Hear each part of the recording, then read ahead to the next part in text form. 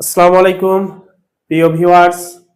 আসো আমরা right form of verb সম্পর্কে একটু ধারণা নেই। আমি একদম শুরু থেকেই শুরু করতে চাচ্ছি, একবারে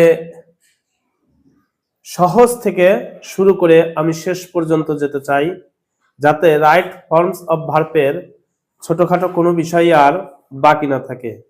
এই জন্যে আমি শুরুতেই তোমাদের ছোট্ট 3টা উদাহরণ নিয়েছি, যাতে একদম ক্লাস 6-এর বাচ্চা থেকে ক্লাস 10-এর বাচ্চারও কাজে আসে।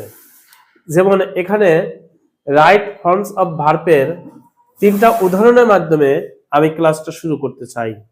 যেমন দেখো, আই এ স্টুডেন্ট, তোমরা সবাই খুব সহজেই এখানে বলতে পারবা বা বুঝতে পারছো আই অ্যাম এ স্টুডেন্ট। তাহলে এখানে তোমাদের আমি এটাই বোঝাতে চাচ্ছি যে যখন একটা ব্র্যাকেটের মধ্যে বি থাকবে, ওই বি উঠে অ্যামিজার অথবা ওয়াজার বসতে পারে। যদি তুমি প্রেজেন্ট টেন্স হয় ভাবো, তাহলে এই বি উঠে অ্যাম, ইজ অথবা আর বসবে। তাহলে আমি যদি 1 নম্বরের অ্যান্সার চিন্তা করি, তাহলে 1 নম্বরের অ্যান্সার হচ্ছে আই, বি উঠে অ্যাম, আই অ্যাম এ স্টুডেন্ট।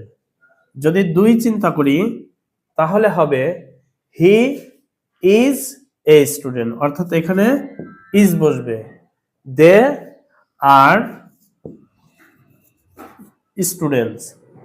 এখানে আমি বিভার্বের যে জিনিসটা তোমাদের বোঝানোর চেষ্টা করেছি, অর্থাৎ একই ধরনের বাক্যে এই বি উঠে অ্যাম হচ্ছে, বি উঠে ইজ হচ্ছে এবং বি উঠে আর হচ্ছে।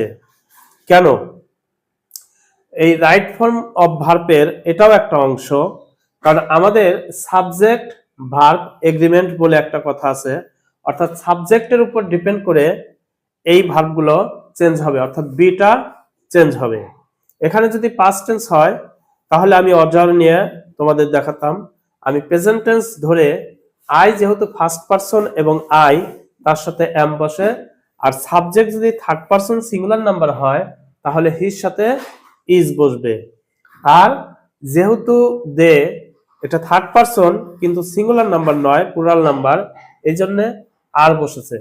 তাহলে বি তুলে কোথায় এম, কোথায় ইজ, কোথায় আর দিতে হয় তোমরা একটু হলেও